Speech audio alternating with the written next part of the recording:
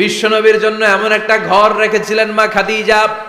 ওই ঘরে বিশ্বনবী যখন প্রবেশ করতেন, বাইরে যত মারপিট হয়েছে, মারামারি হয়েছে, কাফেরদের যত অত্যাচার সহ্য করেছে, ঘরে ঢোকার সাথে সাথে নবী সব ভুলে যেতে। এত মায়া, শান্তি, প্রশান্তির ঘর খাদিজা বানিয়েছিল। এজন্য আল্লাহ বলেছে, জিব্রাইল খাদিজারে বলো, খাদিজার জন্য এমন জান্নাত আমি রেখেছি যে জান্নাতে কোনো সাউন্ড নাই, আওয়াজ নাই, ডিস্টার্ব নাই, কোলাহল নাই, কোনো নয়েজ নাই। চিল্লায় পড়েন আল্লাহু আকবার।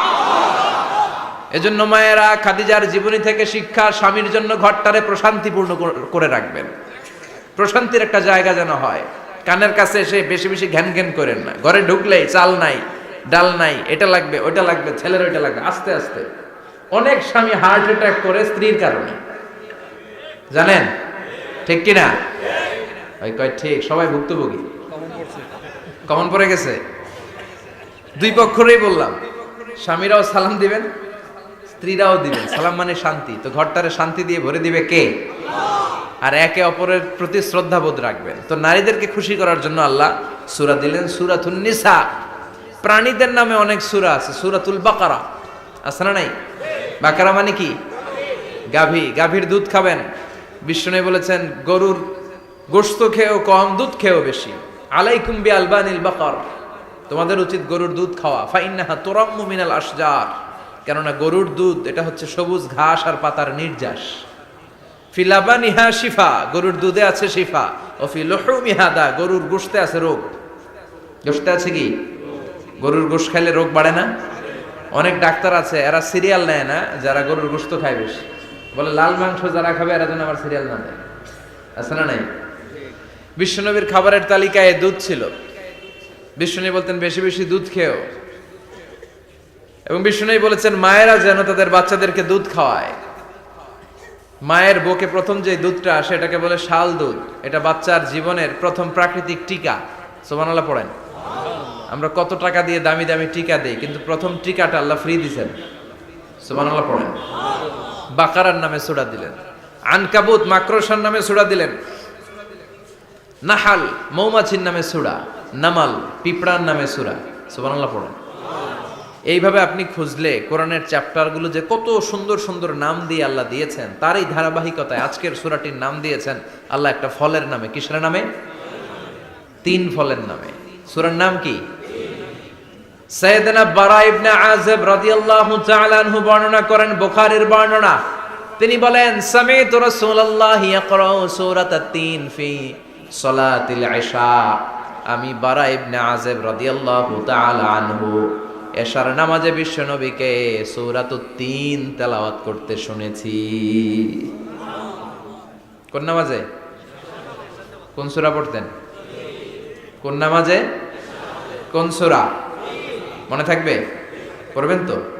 তিনি বলেছেন এশার নামাজে আমি বিশ্ব নবীকে সূরাতুত তিন তেলাওয়াত করতে শুনেছি। ফামা সামি'তু আহসানা সাউতিন মিন সাউতি রাসূলিল্লাহ, আল্লাহ রাসূলের কণ্ঠের চাইতে এত মধুর কণ্ঠ আমার জীবনে শুনি নাই।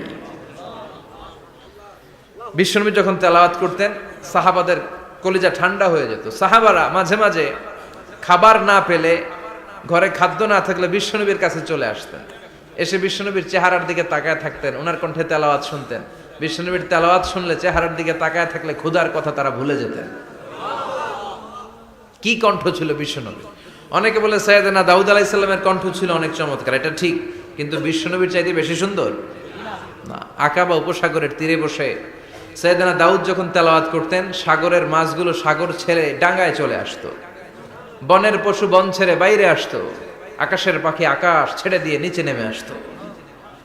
কিন্তু বিশ্বনবীর কণ্ঠটা এর চেয়েও বেশি সুন্দর ছিল। সুবহানাল্লাহ পড়েন। বিশ্বনবী সারাদিন যে কোরআনের আয়াতগুলো নাজিল হয়েছে, প্রত্যেক রাত্রে এশার নামাজের পর ঘরের মধ্যে বসে বসে আয়াতগুলো তেলাওয়াত করতেন। আর মক্কার আবু জাহেল, উতবা, শাইবা, ওয়ালিদ ইবনে মুগীরা সবাই লুকিয়ে লুকিয়ে তেলাওয়াত শোনার জন্য বাড়ির চিপায় চলে আসতো।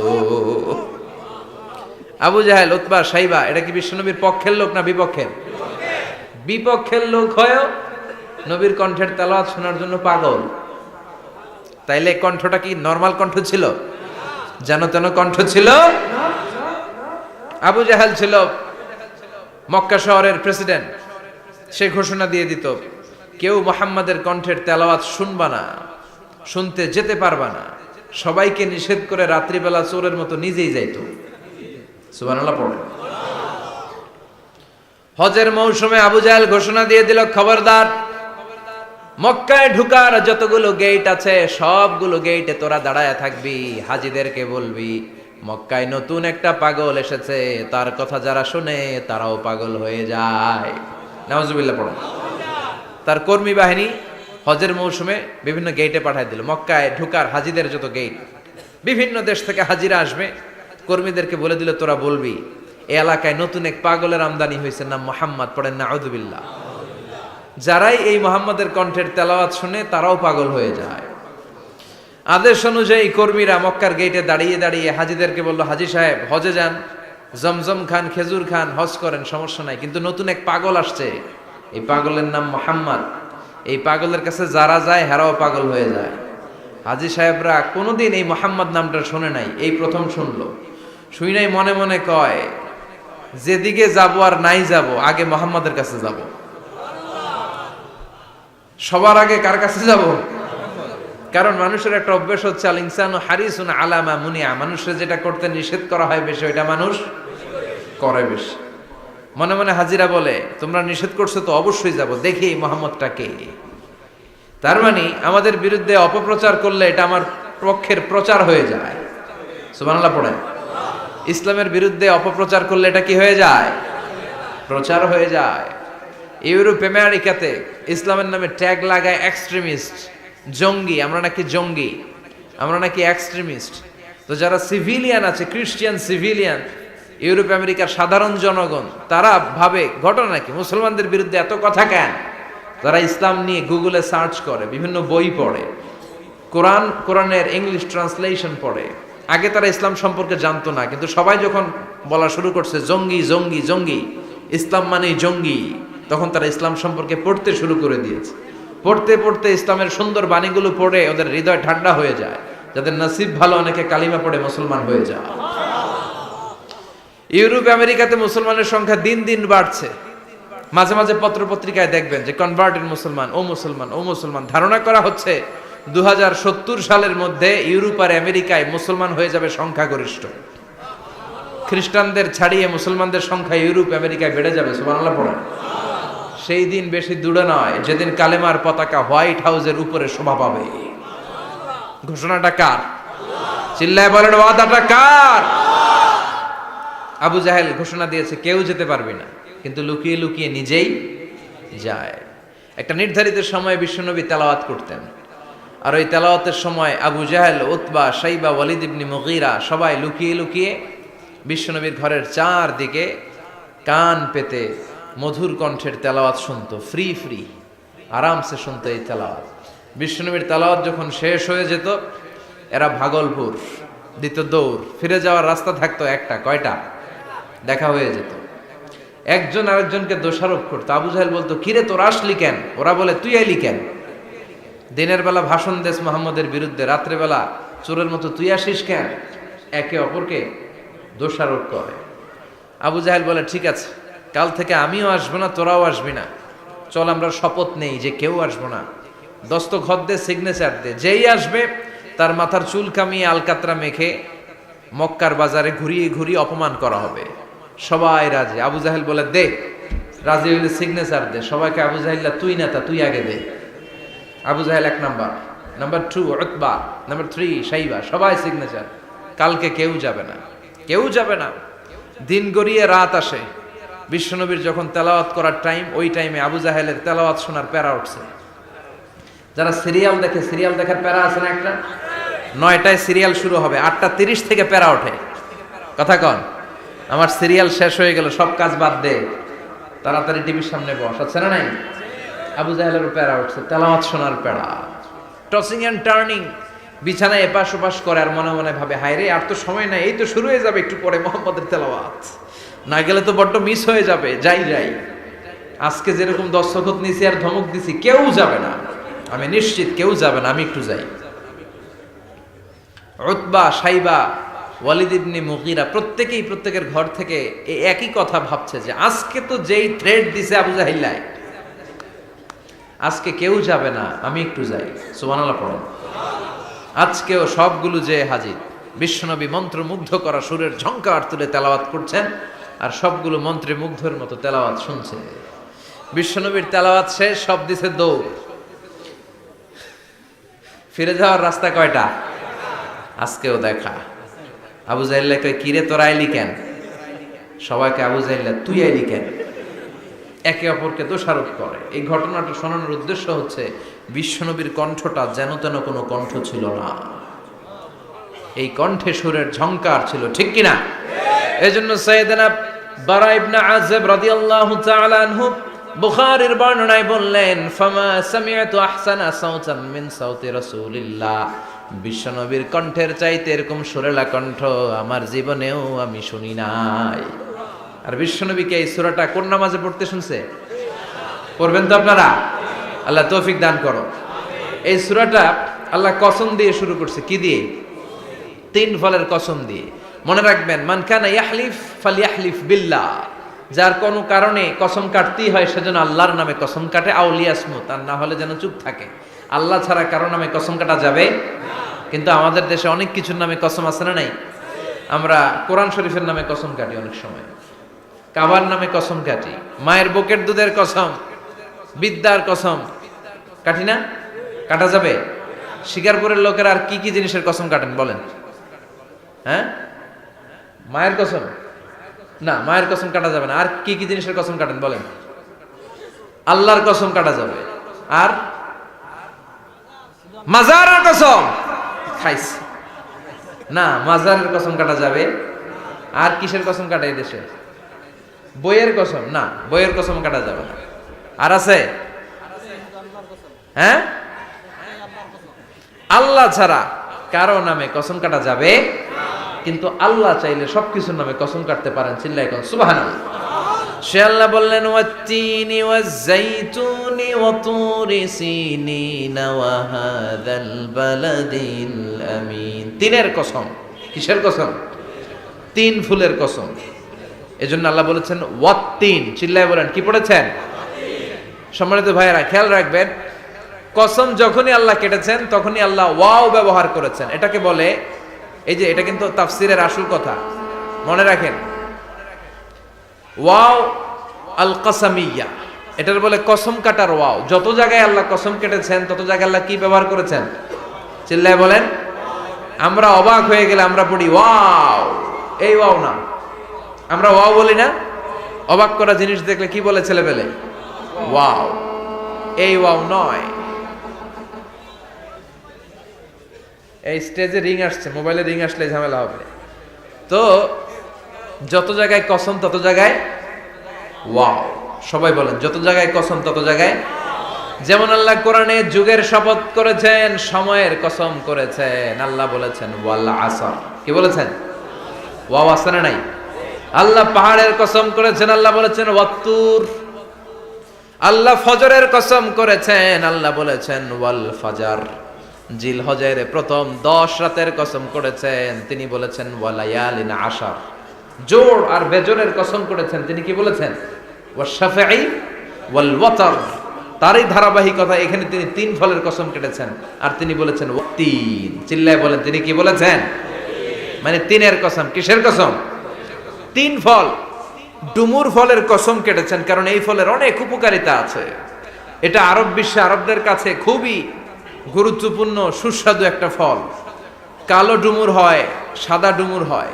এই ডুমুর ফল খেলে ডায়াবেটিক্স রোগীদের অনেক উপকার হয়। ডায়াবেটিক্স আমাদের জাতীয় রোগ না? ডায়াবেটিক্স আছে কার কার? অনেকের আছে না? এই ডায়াবেটিক্স আল্লাহ ভালো করে দিবে। কি খাবেন? ডুমুর ফল খাবেন। অনেক নারীদের ইররেগুলার মেনস্ট্রুয়েশনাল পিরিয়ড হয়, অনিয়মিত অনিয়ন্ত্রিত মাসিক। এই ডুমুর ফলের সেদ্ধ করা পানি যদি খায়, তাদের মাসিক নিয়মিত হয়ে যাবে। এটার মধ্যে অনেক স্ট্রেংথ এন্ড স্ট্যামিনা আছে। আর এই ফলটা জান্নাতি ফল। কি ফল? এটা জান্নাতি ফল। এই 3 গাছটা জান্নাতের গাছ। সাইয়েদনা আদম আলাইহিস সালামকে আল্লাহ বললেন, ওয়ালা তাকরাবা হাযিহি আশ-শাজারাতা ফাতাকুনা মিনাজ যালিমিন। ও আদম, তুমি আর হাওয়া মিলে জান্নাতে ঘুরো, জান্নাতে খাওয়া দাওয়া করো, যা মনে চায় করো, কিন্তু একটা নিষিদ্ধ গাছ আছে, ওই গাছের কাছে যাওয়া যাবে না। কার কথা? সব খাও, সব করো, কিন্তু নিষিদ্ধ গাছের কাছে যাওয়া যাবে না। আদম আলাইহিস সালাম শয়তানের ওয়াসওয়াসায় পড়ে ওই গাছের ফলই খেয়ে ফেললেন। ওয়ালাকাদ আহিদনা ইলা আদম মিন ক্বাবলু ফানাসিয়া ওয়া লাম নাজিদ লাহু আজমা। আমি আদমকে স্পেশাল একটা অর্ডার করেছি, ওই অর্ডার আদম রক্ষা করতে পারে নাই। পারবে কেমন? আদম তো ভুলে গেছে। আদম আলাইহিস সালাম কি করছে? ভুলে গেছে। ভুল করে তিনি খেয়ে ফেললেন। শয়তানের ওয়াসওয়াসায় পড়ে শুধু আদমই খান নাই, হাওয়াও খেলেন আলাইহিমাস সালাম। খাওয়ার সাথে সাথে ওনাদের জান্নাতের পোশাকগুলো খুলতে আরম্ভ করলো, নেকেড হতে শুরু করলেন। আদম আর হাওয়া দুইজনই কি হতে শুরু করলেন? উলঙ্গ হতে শুরু করলেন। গায়ের মধ্যে আর জামা নাই। সম্মানিত ভাইয়েরা, এখানে শিক্ষণীয় যে বিষয়টা সেটা হচ্ছে শয়তানের কাজ, শয়তানের মিশন জান্নাতেও যেটা ছিল দুনিয়াতেও এটা।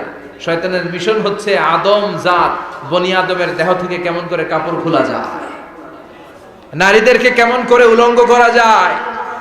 জান্নাতে যেমনি আদম আর হাওয়া আলাইহিস সালামের কাপড় শয়তান খুলেছে, দুনিয়াতেও শয়তান আমাদেরকে অশ্লীল বানাতে চায়। চিল্লায় বলেন ঠিক কিনা? এজন্য আমার মায়েরা, আমার বোনেরা, যাদের কানে আমার মাইকের আওয়াজ যায়, খবরদার, শয়তানের এই ওয়াসওয়াসায় ফাঁদে পা দেয়া যাবে না। শয়তান চেয়েছে জান্নাতে কেমন করে মা হাওয়ার কাপড় খুলে ফেলা যায়, দুনিয়াতেও শয়তান চায় কেমন করে আপনাদেরকে নেকেড বানানো যায়। ঠিক কিনা? বাংলাদেশে নারীদের কাপড় এখন দেহের মধ্যে বাড়ছে নাকি কমছে? আছি আমরা এখন জামানায়, লাজ শরম গেছে হারায়। ঠিক কিনা?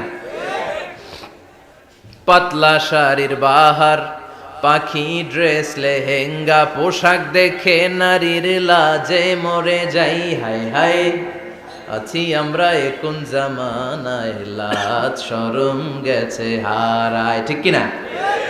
পোশাক আশাক নারীদের খাটো হতে শুরু করেছে, এটা শয়তানের মিশন। এজন্য মায়েরা বোনেরা খবরদার, পোশাককে ছোট করবেন না, খাটো করবেন না, হেজাব পরবেন। এই হেজাবকে ফরজ করেছে কে? এই হেজাব আপনার অধিকার, আপনার অধিকার আপনি বুঝে নেন। হেজাব আপনার অহংকার, এই হেজাব হচ্ছে আপনার আভিজাত্যের প্রতীক। চিল্লায় বলেন ঠিক কিনা? নারী অধিকারের যারা কথা বলে, নারী আন্দোলনের কথা যারা বলে, তাদের কথায় কান দিবেন না। এরা বক্তব্যের মঞ্চে উঠে নারীর অধিকারের কথা বলে, কিন্তু তাদের ঘরেই নারীরা বেশি নির্যাতিতা, তাদের ঘরের কাজের মেয়েগুলাই বেশি নির্যাতিতা। চিল্লায় কোন ঠিক কিনা? তারাই লোহা গরম করে কাজের মেয়েগুলোর পিঠে ছ্যাঁক দেয়, তারাই সুযোগ পেলে ধর্ষণে সেঞ্চুরি করতে দ্বিধাবোধ করে না। চিল্লায় কোন ঠিক কিনা? শয়তানের মিশন জান্নাতে ছিল যেটা, দুনিয়াতেও এটা। পোশাক কি করে আলাদা করা যায়? এই জন্য হেজাব যেন আমরা ভুলে না যাই। হেজাব আপনার আভিজাত্যের প্রতীক, আপনার সৌন্দর্য, আপনার সম্ভ্রম, আপনার স্ট্যাটাস তো আপনার হেজাবের মধ্যে শোভা পায়। ঠিক কিনা? কিন্তু দিনকে দিন পোশাক ছোট হতে শুরু করেছে। নতুন নতুন অনেক পোশাক বেরোয় নারীদের। কি পোশাক আছে বলেন তো একটা? হ্যাঁ, পাখি, আর কি আছে? লেহেঙ্গা, আর কিরণমালা, আর এগুলো পরবেন না, হেজাব পরবেন। হেজাবে একটা নারীকে যত সুন্দর, রূপবতী, গুণবতী, সুস্নিগ্ধা লাগে, অন্য কোনো পোশাকে লাগে? আল্লাহ আমাদেরকে বোঝার তৌফিক দান করুন। সাইয়েদনা আদম আলাইহিস সালাম, হাওয়া আলাইহিস সালাম জান্নাতের ভেতরে যখন উলঙ্গ হয়ে গেল, লজ্জাস্থান ঢাকার জন্য জান্নাতের বিভিন্ন গাছের দিকে দৌড়ায়। দৌড়িয়ে দৌড়িয়ে যেই গাছের পাতা দিয়ে তারা সেদিন লজ্জাস্থান ঢেকেছিল, ওই গাছের নাম ছিল তিন গাছ। কি গাছ? ওই তিনের কসম কোরআনে কেটেছে কে? সেজন্য আল্লাহ বললেন, ওয়াত-তিনি ওয়াজ-যাইতুনি ওয়া তুরি সিনিনা ওয়া হাযাল বালাদিল আমিন। সুবহানাল্লাহ পড়েন। তিনের কসম, জাইতুনের কসম। জাইতুন মানে জলপাই, আওয়াজ করে বলতে হবে। জাইতুন অর্থ খাইছেন? জলপাইয়ের আচার খাই না আমরা? জাইতুন মানে জলপাই, ইংরেজিতে বলে অলিভ। তবে আমাদের জলপাই আর আরব দেশের জলপাই একটু গুণগত পার্থক্য আছে। আরব দেশের জলপাই একটু ছোট হয়, আমাদেরগুলা সাইজে বড় হয়। আরব দেশের জলপাই একসাথে অনেকগুলা খাওয়া যায়, আর আমাদের দেশের জলপাই আবার 2-3টার বেশি খাওয়া যায় না, অনেক টক না? এই 7টা জলপাই আর একটা তিন, এই মিক্স রেশিওতে যদি আপনি রেগুলার খান, আপনার বার্ধক্য রোধ হবে, আপনার স্বাস্থ্য ভালো থাকবে। আলহামদুলিল্লাহ পড়েন। এই জাইতুন গাছগুলো আরব দেশে হিল ট্রাক্টস, পাহাড়ি এরিয়াতে হয়, শত বছর বেঁচে থাকে। বিষ্ণু বলেছেন কুলু জাইতা ওয়াদাহিনু ফাইন্নাহা মিন শাজারাতিন মুবারাকা। বিষ্ণু বললেন জাইতুনের তেল খাও, জাইতুনের তেল গায়ের মধ্যে দাও, জাইতুনের তেল মালিশ করো, জাইতুনের ভেতরে বরকত ঢুকায় দিয়েছে কে? জাইতুনের তেল দাড়িতে চুলে মালিশ করলে দাড়ি চুল সহজে পাকে না। বিশ্বনবী সব সময় দাড়িতে চুলে জাইতুন মাখতেন। আমি নিজেও মাখি প্রতিদিন, আপনারাও মাখবেন। বাজারে পাওয়া যায়, যে বলবেন অলিভ অয়েল, কি বলবেন? অলিভ অয়েল বললে আপনাকে দিবে। স্পেনের, মেড ইন স্পেন, এদের অলিভ অয়েল ভালো। ফিলিস্তিনের যে অরিজিনাল অলিভ অয়েল, এটা ভালো, এটা খাওয়া যায়। তাম্বুতু বিদ্দুহুনি ওয়া সিবগিল্লিল আখিলিন, এটার অনেক কাজ, খাওয়াও যায়, মালিশও করা যায়, জাইতুনের ডাল ভেঙে মেসওয়াকও করা যায়। সুবহানাল্লাহ পড়েন। বিশ্বনবী বললেন নি'মাস সিওয়াকিয়া জাইতুন, জাইতুনের মেসওয়াক কতই না ভালো। ফাইন্নাহা সিওয়াকি ওয়া সিওয়াকুল আমবিয়াই মিন ক্বাবলি, কেননা আমি বিশ্বনবী নিজে জাইতুনের ডাল ভেঙে মেসওয়াক করি, আমার আগে লক্ষাধিক নবীরা সবাই জাইতুনের ডাল দিয়ে মেসওয়াক করেছে। সুবহানাল্লাহ পড়েন। আপনার দেহের ব্যাড কোলেস্টেরলের লেভেল কমে যাবে যদি জাইতুন আপনি খান। দাড়িতে মাখবেন, চুলে মাখবেন, আবার সালাদের মধ্যেও জাইতুনের তেল দিয়ে খাওয়া যায় যদি এক্সট্রা ভার্জিন হয়। লেস দেন 1% অ্যাসিড দিয়ে এটাকে পিউরিফাইং করলে এটাকে বলে এক্সট্রা ভার্জিন। এরপর আরেকটা আছে ভার্জিন, 2% অ্যাসিড দিয়ে পিউরিফাইং করে। 3, 4, 5% অ্যাসিড দিয়ে পিউরিফাইং করলে ওটাকে বলে রিফাইন্ড পিওর, ওটা গায়ে মালিশ করবেন। বরকত আছে না নাই? এজন্য এই দুইটার কসম কোরআনে কেটেছে কে? এরপরে রব্বুল আলামিন বলেন ওয়া তুরি সিনিন,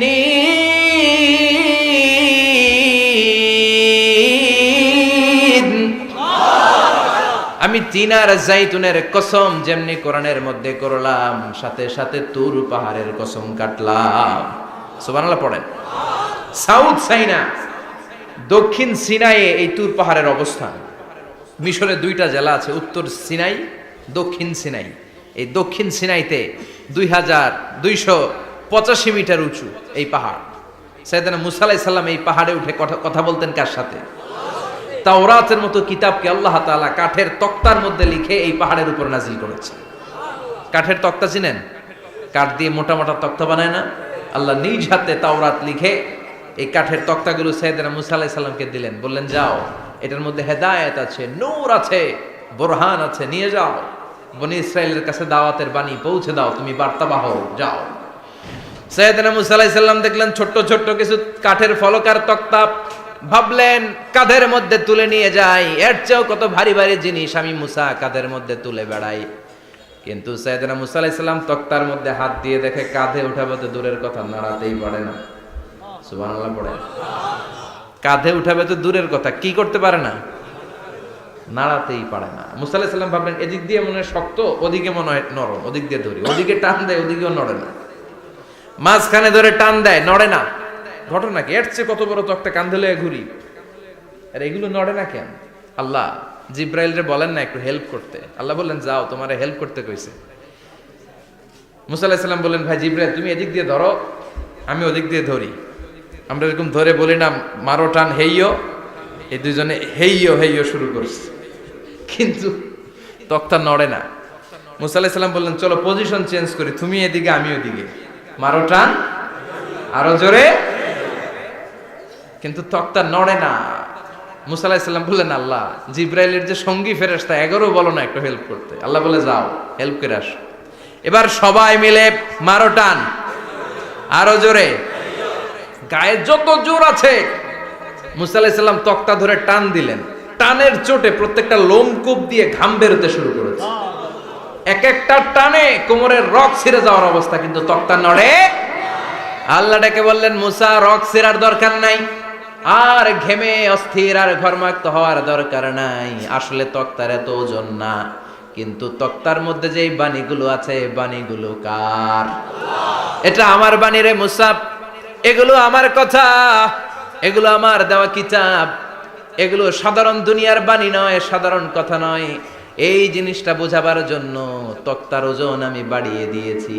এবার ফেরেশতার সাহায্যের দরকার নাই, নিজেই টান দাও, দেখবা উঠাতে পারবা।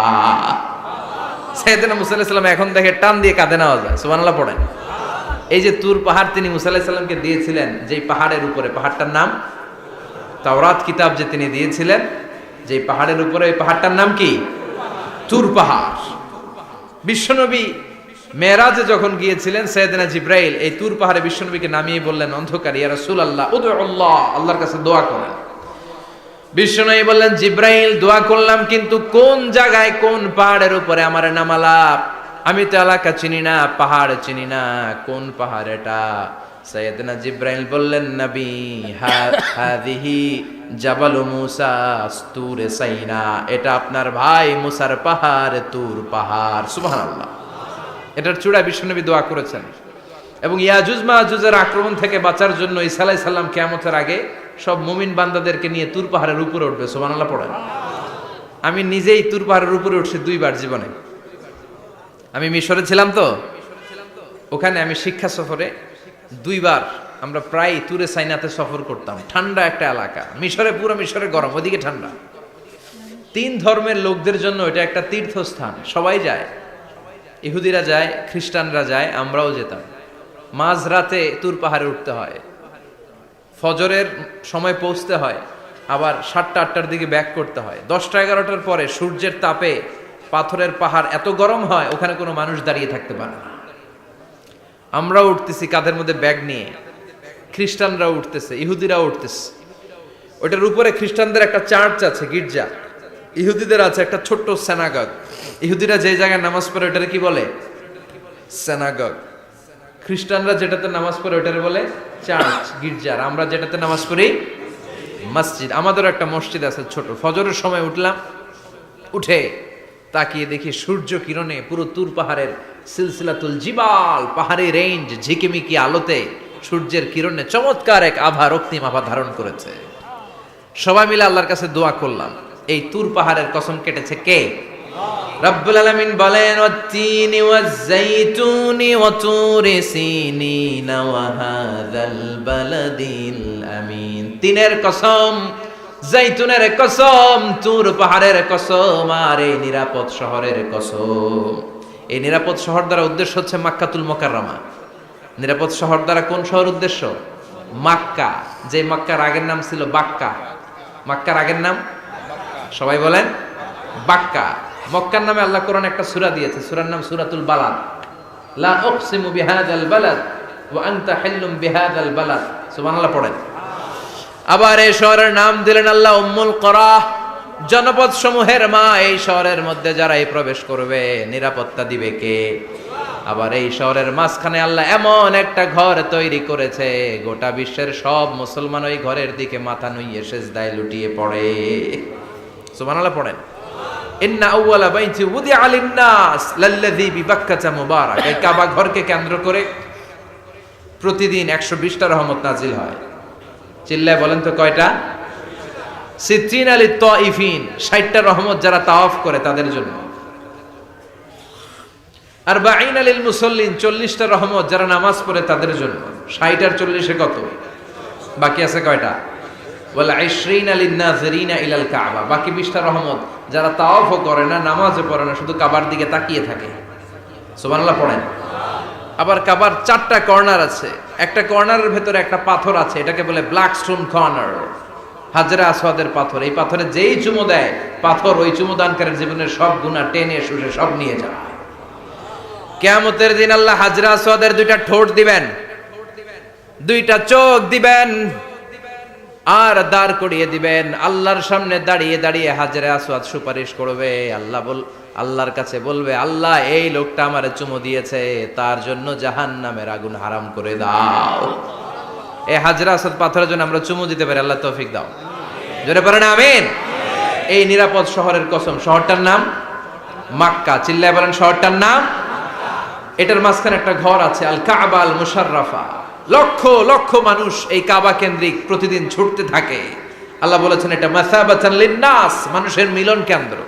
লক্ষ লক্ষ মানুষ এই কাবাকে ঘিরে নামাজ পড়ে।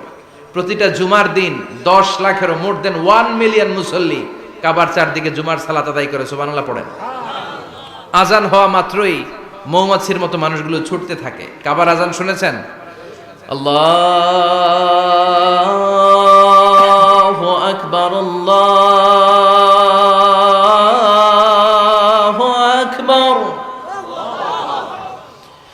আল্লাহ